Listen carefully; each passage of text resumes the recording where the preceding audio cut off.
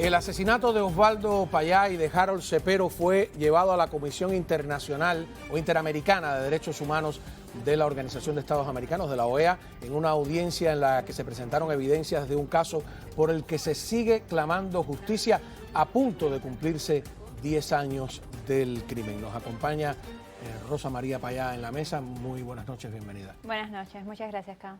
¿Qué tal? Cuéntame un poco sobre el proceso iniciado en la Comisión Interamericana de Derechos Humanos de la OEA.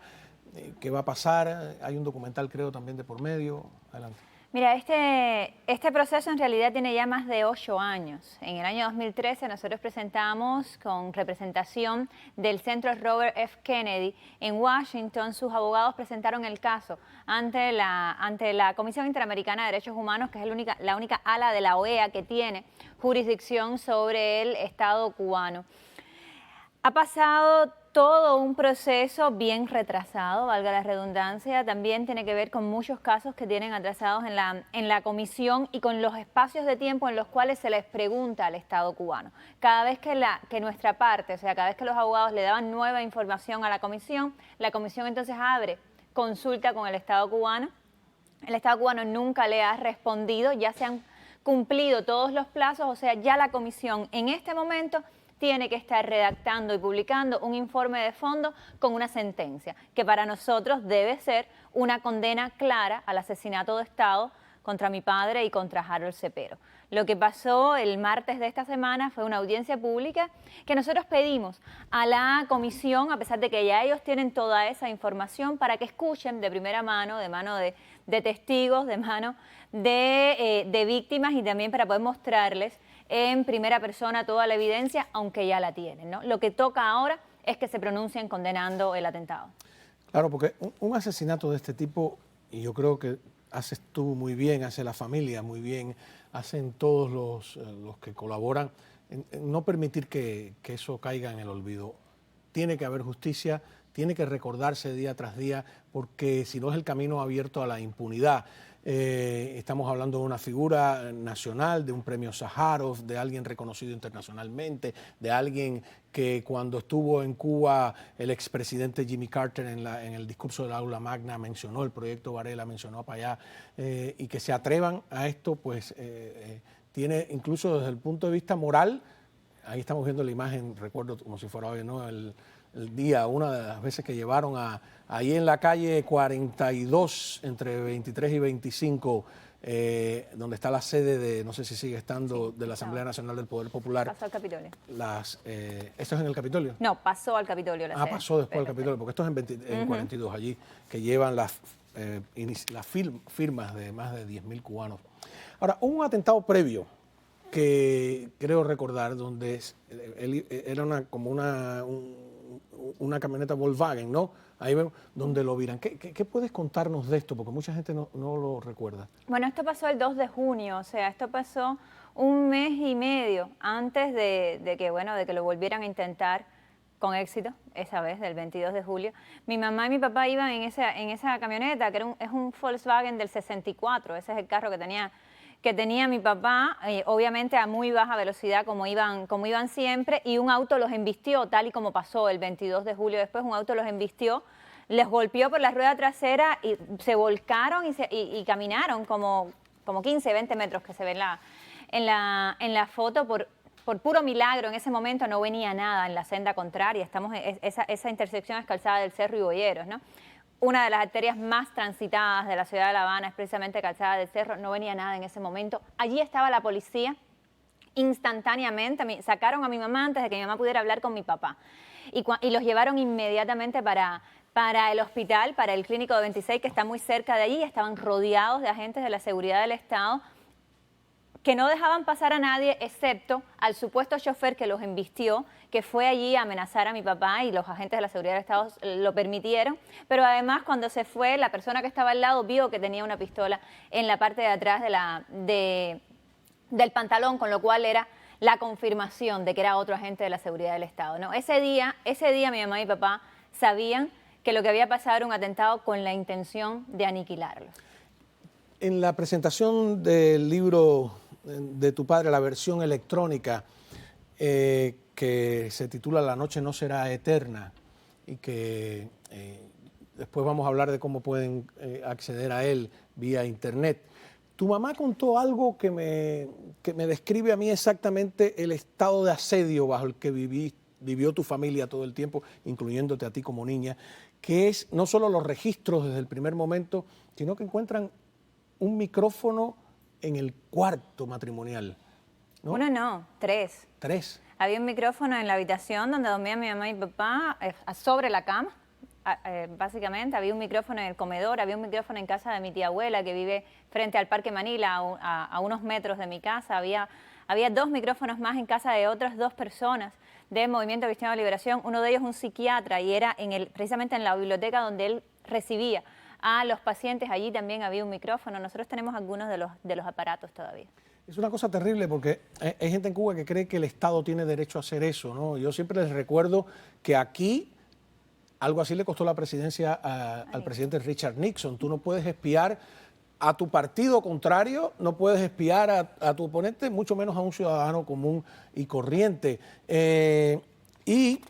No sé, me llamó la atención, creo que es una cosa tremenda, describe ese asedio. Y además están todo el tiempo intentando utilizar la información íntima de las familias, de las personas, para publicarla, manipularla, presentarla de alguna manera para desacreditarlos. En el caso de mi padre, lo único que podían publicar eran las fotos de él con su familia en la playa, ¿no? Sí, yo siempre recuerdo eso, pero, ¿no? En el libro ese famoso, la familia en la playa, pero ¿no? Como hemos visto, es una práctica habitual del régimen cubano contra las familias opositoras, contra cualquiera que se atreve a decir lo que piensa en Cuba, y por eso también es tan relevante lo que está pasando en la Comisión Interamericana de Derechos Humanos en este momento, ¿no? Porque es el caso de mi padre, pero el caso de mi padre simboliza también a los 800 presos políticos que hay en este momento. En esta semana hemos visto juicios horribles contra los jóvenes que salieron el 11 de julio, condenados a 12, a 15, a 5, a 6 años de prisión por salir a gritar libertad, ¿no? Este año vimos también asesinatos de Estado como el de Diubis Laurencio, y el de Diubis fue el que se pudo documentar. No, hay más. Nosotros tenemos una cadena de videos de personas heridas gravemente, incluso hay una mujer que está totalmente desfallecida, que no sabemos sus nombres. Exactamente. Y eso es lo que se pudo testimoniar. Las primeras 24 horas en Santiago de Cuba había testimonios de al menos 5 personas que habían fallecido. Lamentablemente registrarlo, documentarlo es muy difícil, pero de que el régimen cubano asesina, y que este es el momento de que la Comisión Interamericana lo condene y que por tanto comiencen a actuar las democracias para subirle el costo a esos crímenes. Bueno, este precisamente es el momento, ¿no? El momento en que el pueblo cubano ha decidido que toca recuperar la patria y la vida.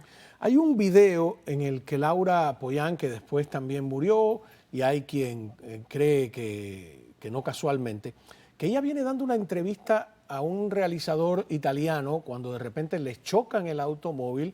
Eso aparece en el documental Soy la otra Cuba, precisamente de este realizador italiano que se llama Pier Antonio Micciarelli, disculpa. Adelante. Baja al teatro, a ver el ballet o cualquier cosa, o a ir a disfrutar. Signora, ¿tutto bene? No, es todo bien. Todo bien, todo bien. ¿Qué por ciento de posibilidades ustedes le dan a que fuera un accidente real? Un accidente sin comillas. Es el esposo, ¿no? Que está, o el padre, ¿quién es el que está hablando ahí? No, que se ve. Y hay un árbol también en ese accidente. No sé, me llama la atención porque es un video difícil de conseguir, ¿no? Bueno, yo no tengo pruebas, pero no tengo dudas de que Laura Pollán fue asesinada por el régimen cubano, ¿no? Y si el acoso era tan sistemático contra mi padre, es muy probable que lo hayan intentado antes. Y además hay una cosa muy elemental.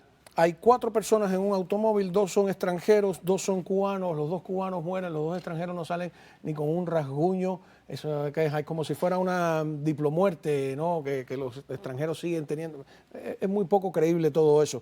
Hay algunas ideas que yo he escuchado de que podrían haber salido perfectamente vivos del automóvil y que luego todo ocurrió en el hospital. ¿Has oído tú algo sobre este tema? A ver, la evidencia que nosotros tenemos y la que presentamos es la que prueba que lo ocurrido fue totalmente provocado por agentes de la seguridad del Estado, y eso solo puede pasar por órdenes directas de Fidel y Raúl Castro. En ese momento estamos hablando de julio del 2012. ¿Qué sabemos? Sabemos que los estaban persiguiendo, sabemos que un auto los embistió y los sacó de la carretera, que cuando pararon hubo conversación entre mi padre Harold y los extranjeros, porque de hecho a los extranjeros les pasaron los teléfonos celulares. 2 de los teléfonos celulares de Harold los tenían los extranjeros, y eso pasó después de que pararon, después de que los embistieron. De ahí en adelante sabemos que se llevaron a los extranjeros por la fuerza. De hecho, el único golpe que tiene Ángel Carromero es un golpe que le dan en la cabeza, imposible que haya sido en el shock. Él lo describe como un culetazo o un golpe que le dio la seguridad del Estado en el momento que se lo estaban llevando. Hay muchos testigos, incluso testigos del régimen, que narran quiénes los estaban sacando y cómo Ángel Carromero estaba forcejeando con ellos, diciéndole quiénes son ustedes, por qué nos hacen esto. Están todos los mensajes de texto que ellos pudieron mandar ya después desde el hospital. Ellos nunca más ven a Harold, nunca más ven a mi papá después del atentado, no los ven más en el hospital. Sí hay testigos en el hospital. Además, los detienen como si en vez de ser víctimas de un accidente fueran unos delincuentes. Los interrogan. Los secuestran, Cao, los secuestran, se los llevan al hospital, cuando en el hospital, y de eso también hay testimonios varios, cuando en el hospital le preguntan a Ángel, que era el único que hablaba español, qué fue lo que pasó, y él dijo, un auto nos embistió y nos sacó de la carretera, lo golpearon delante de la enfermera, delante de varias personas que estaban allí, para que se callara. Y lo mismo hicieron con Aaron, después lo separaron. Un tiempo después ellos nunca más ven a Harold sí lo vieron. Algunas personas en el hospital, Harold murió sin atención médica. A mi padre, desde que lo ve la primera persona confiable en el hospital, lo que ve es su cuerpo. Aaron es el sueco. El silencio del sueco para mí es otra evidencia. El silencio del sueco es un pacto hecho con el gobierno sueco, probablemente también por mediación de la Unión Europea. A tal punto es el pacto que nosotros lo decíamos en la comisión. Cuando nosotros nos enteramos de que algo había pasado, nos enteramos porque nos reenvían los mensajes de texto que los extranjeros enviaron a Suecia, a España, diciendo auxilio, estamos rodeados de militares. Un auto nos embistió y nos sacó de la carretera. Nosotros llamamos a nuestros amigos en Suecia. Y Anika Rigo, íntima amiga de mi padre, le dice a mi madre, ha sido un atentado, estamos esperando tener más información de Aaron para publicar los mensajes de texto. 2 horas después de eso, Anika Rigo desde Suecia nunca más nos responde el teléfono, hasta después que Aaron Modic sale de Cuba, más de una semana después. Con lo cual, el régimen cubano, la seguridad del Estado se activó inmediatamente, chantajeando, amenazando tanto al gobierno español como al gobierno sueco. Y bueno, y vimos todo lo que pasó. Un pacto de silencio con Aaron y Ángel Carromero, el chivo expiatorio, por 6 meses secuestrado en Cuba y luego sale a prisión en España. ¿Cómo no? Bueno, pues muchísimas gracias. Repito, esta es una batalla que no se puede dejar caer hasta que no haya justicia, ¿no? Porque si no hay justicia para el caso de tu padre, no va a haber justicia para ninguno, no va a haber justicia para Cuba de ninguna manera. Ha sido Rosa María Payá, muchísimas gracias. A la vuelta